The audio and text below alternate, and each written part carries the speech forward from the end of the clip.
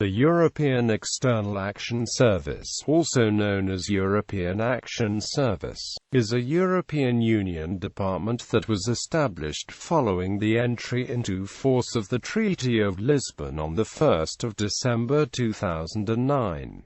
It was formally launched on 1 December 2010 and serves as a foreign ministry and diplomatic corps for the EU, implementing the EU's common foreign and security policy in other areas of the EU's external representation. The EEAS is under the authority of the High Representative for Foreign Affairs and Security Policy, a post also created by the Treaty of Lisbon, whom it assists. The EEAS manages the EU's response to crises, has intelligence capabilities and cooperates with the Commission in areas which it shares competence with. However, although the High Representative and the EEAS can propose and implement policy, it will not make it, as that role is left to the Foreign Affairs Council, which the High Representative chairs. The EEAS is unique and independent from other EU institutions, formed by merger of the external relation departments of the Council and the European Commission, sitting outside those institutions, and it also has its own independent budget. History. The EEAS was first included in the original European Constitution. A single EU external relations department was seen as necessary to support the proposed single HR post, as Charles Grant, director of the Centre for European Reform, says it would be like having a conductor without an orchestra, or rather, a conductor trying to conduct two separate orchestras at the same time. Following the rejection of the Constitution, the changes were revived in the Treaty of Lisbon, which came into force in 2009. The mandate for the External Action Service is laid down under Article 13(a)(3) of the Treaty of Lisbon, and states the following. Shortly before the treaty came into force, Catherine Ashton was named HR and tasked with drawing up the structure of the new EEAS.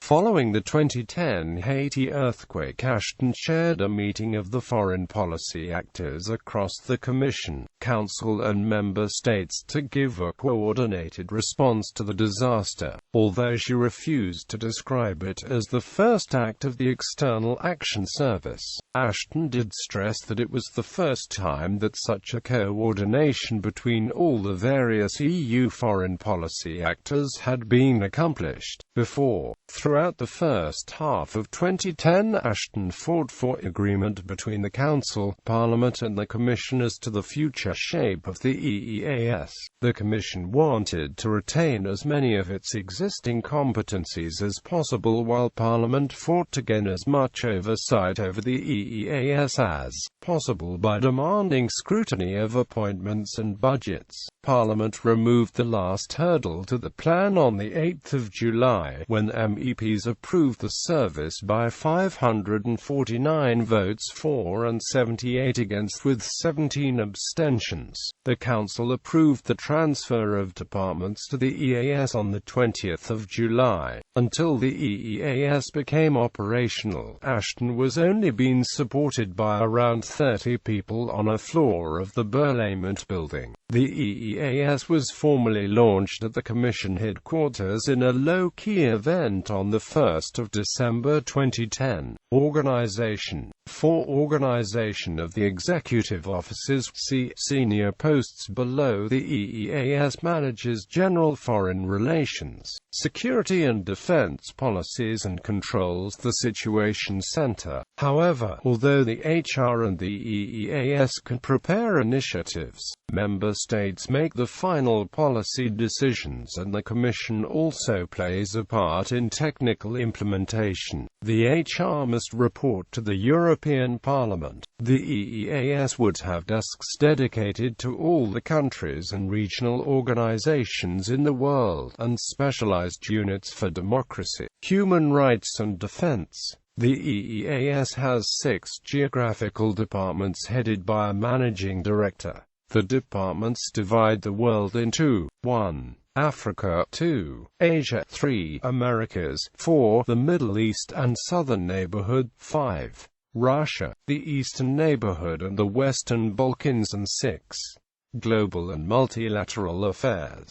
Geographic desks are not duplicated in the Commission. The EEAS also includes departments for security, strategic policy planning, legal affairs, interinstitutional relations, information and public diplomacy, internal audit and inspections, and personal data protection.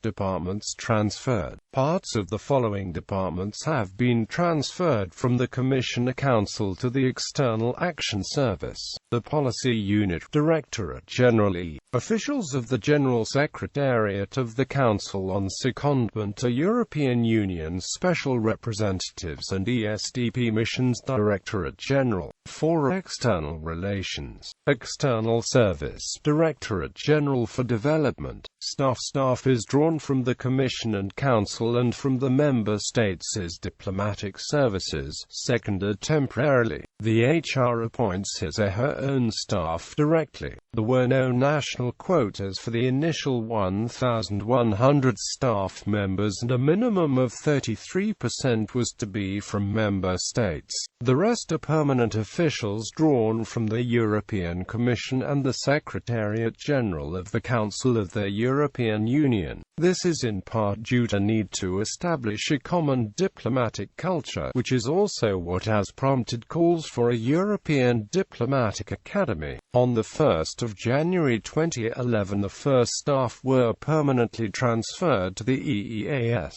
585 from the Commission's External Relations DG, 93 from the Commission's Development DG, 436 from the Commission delegations and 411 from the Council of the European Union. These joined with 118 new posts to create a staff of 1,643 on the day of transfer. In theory, staff within the EEAS should be treated equally regardless of staffing source. In reality, sharp differences are visible. Member state diplomatic officials have tended to join at far higher grades than officials recruited under the staff regulations currently in force. Officials recruited prior to 2004 also enjoy sharply higher pay and perks than more recently recruited officials. Internal tensions and low staff morale have afflicted the EEAS since its inception, while some have put this down to inevitable teething trouble. Structural differences in pay and career prospects in such a people-centric business threaten the service's ability to deliver senior posts while the HR conducts shuttle diplomacy, with the special representatives reporting directly to her. The day-to-day administration of the EEAS is be handled by an Executive Secretary General. The EEAS shall be managed by an Executive Secretary General who will operate under the authority of the High Representative. The Executive Secretary General shall take all measures necessary to ensure the smooth functioning of the EEAS, including its administrative and budgetary management. The Executive Secretary General shall ensure effective coordination between all departments in the central administration as well as with the Union delegations. Below the Secretary General there are two Deputy Secretaries General. One of the Deputy Secretaries General deals with administrative matters while the other assists with foreign policy formulation. On the 28th of July 2015 it was announced that as from mid-September 2015, the Secretary General will be assisted by a third Deputy Secretary General, in charge of economic and global issues. However, under the final agreed plans the HR would be deputized by a relevant European Commissioner or the Foreign Minister holding the rotating Council presidency. The Secretary General will also oversee the autonomous cells such as the Situation Center, the Military Staff, an Internal Security Unit, Audit Unit and a Unit for Communications and Relations with other EU institutions. The Chief Operating Officer deals with the budget budget and administration, and 6 managing directors each manage a department. The following are the initial office holders. Ashton also appointed Robert Cooper as EEAS Councillor and Claude France-Arnauld as Chief Executive of the European Defence Agency on 6 January 2011. Delegations. The former Commission's representations abroad fall under the EEAS as EU embassies. The delegations would also support visits from MEPs.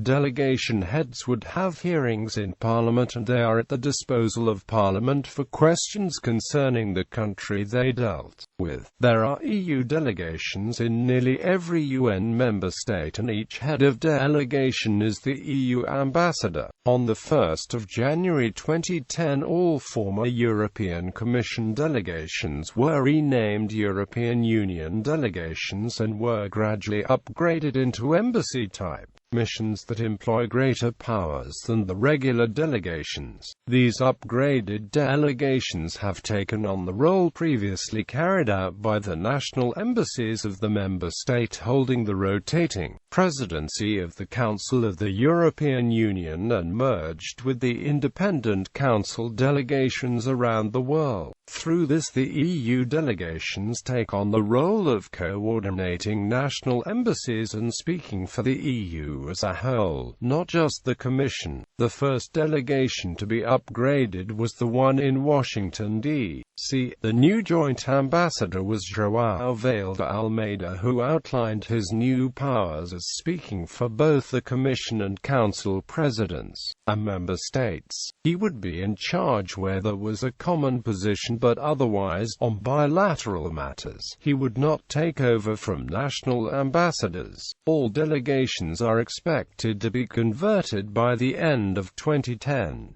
Some states may choose to operate through the new EU delegations and close down some of the smaller national embassies. However, France has indicated that it will maintain its own network around the world for now. Budget. The EEAS's budget is proposed and managed by the HR&B, signed off every year by Parliament. Parliament would also review the budget of each EU mission. Parliament's oversight would put an end to a long-standing gentleman's agreement whereby Parliament and Council are not look at each other's budget details. Parliamentary oversight. Parliament has fought to gain oversight over the EEAS, and under final plans the budget, though independent, would be scrutinised by MEPs who can approve or reject it. Parliament would also be consulted on overseas missions and have stronger budgetary oversight over those too. They would also informally vet appointments to prominent foreign embassies and have access to some classified EEAS documents. Intelligence and security. As part of the merger, the intelligence gathering services in the Commission and Council will be merged. These services of the Council's Joint Situation Centre and Watchkeeping capability and the Commission's Crisis Room. The Situation Centre has 110 staff and has a cell of intelligence analysts from member states who pool classified information to produce concise reports on important topics.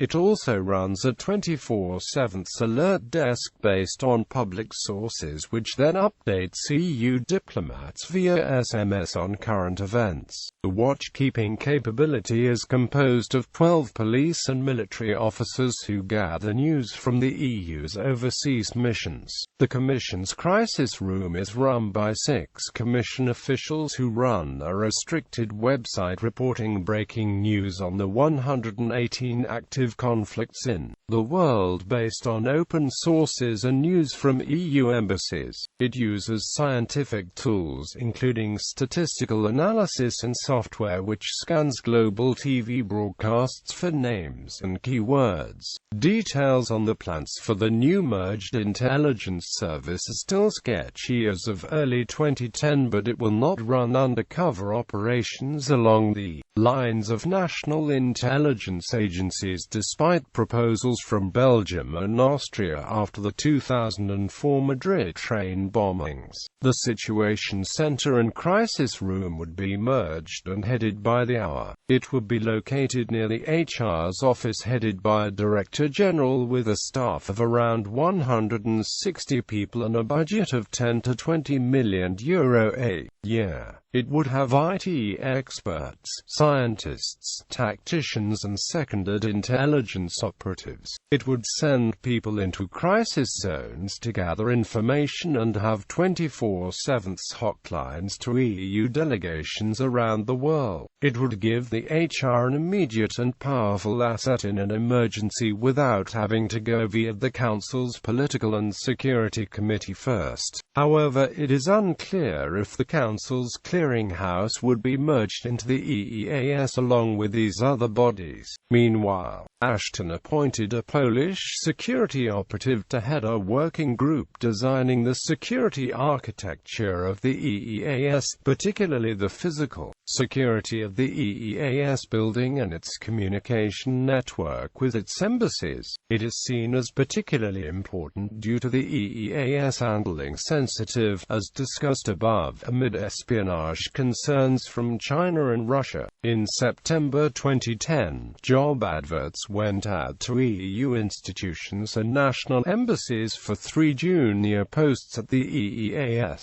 One for foreign deployment, one for a multilingual internet researcher, and one to follow up on open and confidential information sources. The adverts expressed more about the future department's work. In particular, the new director would be expected to travel to global hotspots. The director of the Joint Situation Center was appointed in December 2010, Finnish Security Chief Ilkka Salmi. The High Representative also has authority over the European Defence Agency, EU Institute for Security Studies and the EU Satellite Centre, though these remain autonomous from the EEAS itself.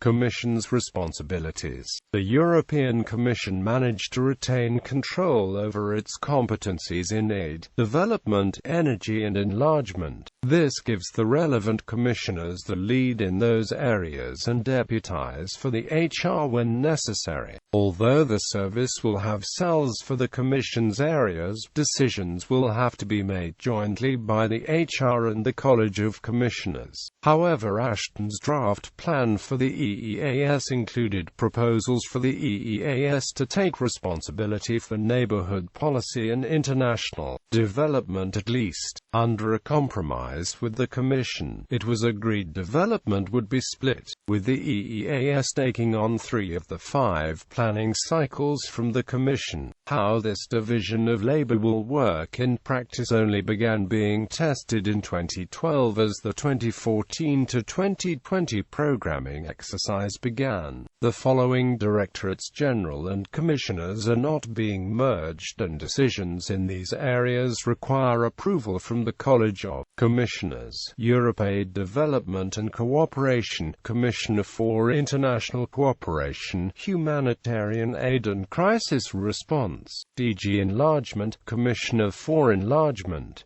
DG Trade, Commissioner for Trade. DG Energy, Commissioner for Energy. Foreign Policy Instruments Service. Location. The EEAS is based in the Triangle Building on Schumann Roundabout in the heart of Brussels EU Quarter. The building is leased at €12 million a year. Prior to moving in, future EEAS staff were located in 8 separate buildings at a cost of €25 million each year. The EEAS leased most of the building, with Commission departments filling the remaining space. The European Personnel Selection Office was already occupying part of the building since July 2010. It was originally expected that the EEAS would take over the Commission's Charlemagne building on the Rue de l'Île, which housed the now-defunct Directorate General for External Relations. However, that building was thought to be too small, would be too closely associated with RELEX, and would take too long to overhaul. It was also proposed that the EEAS take over the Lex building. Due to cost and security considerations, Ashton had preferred to take over the Lex building, which could be rented from the council at a lower rate and already has a higher security rating, with underground tunnels to the main commission and council buildings.